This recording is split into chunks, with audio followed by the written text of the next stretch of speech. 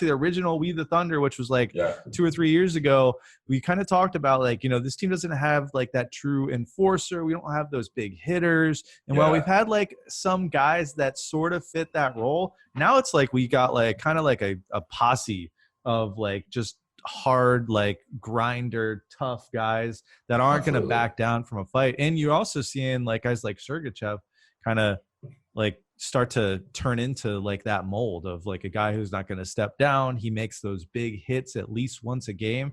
And I think people are starting to play Lightning and not as much worried about like, getting outscored 7-2. They're worried about getting outscored and beat up by the Lightning.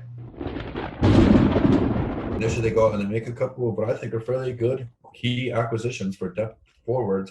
And now people are losing their minds because we're giving away first-round draft picks for guys that can make an impact right now. When everyone is saying is how it's got to be Stanley Cup or bust this season. And now, oh, no, don't go and trade away a couple of maybe first-round draft picks for, something that could be a tangible addition to the team this year. It doesn't make sense. It would have been nice to get someone with some postseason experience, Yeah. but if you can get this guy for like $1 million,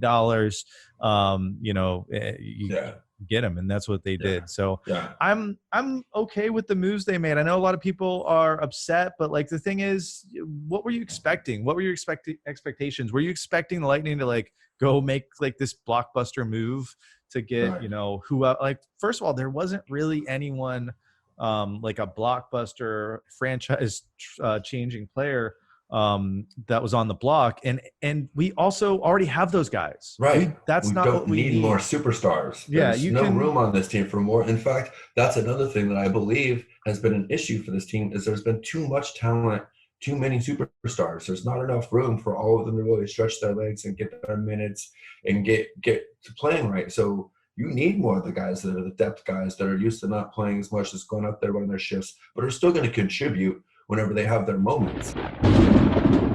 And you got to think like in the back of these players' heads, they're just like, oh, this is the team that beat us. And you think on the other side of the ice that the Blue Jackets are probably like, oh, we know we can beat these guys because we whooped them last playoff. So that's one team, probably the team I'm kind of least scared of on my list, but that's one team I just don't want to deal with them in the playoffs. And, if we do, I'm okay with it, but I hope we sweep them and get them back for that disaster last season. Right.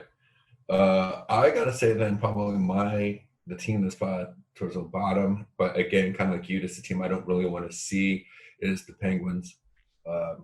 Just in that early round matchup, I've got some bad taste in my mouth from previous early round matchups with them.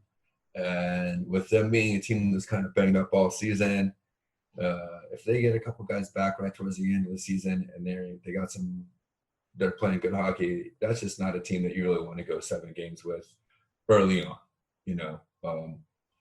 and they're similar to us with the talent and the depth, and there's something with Murray.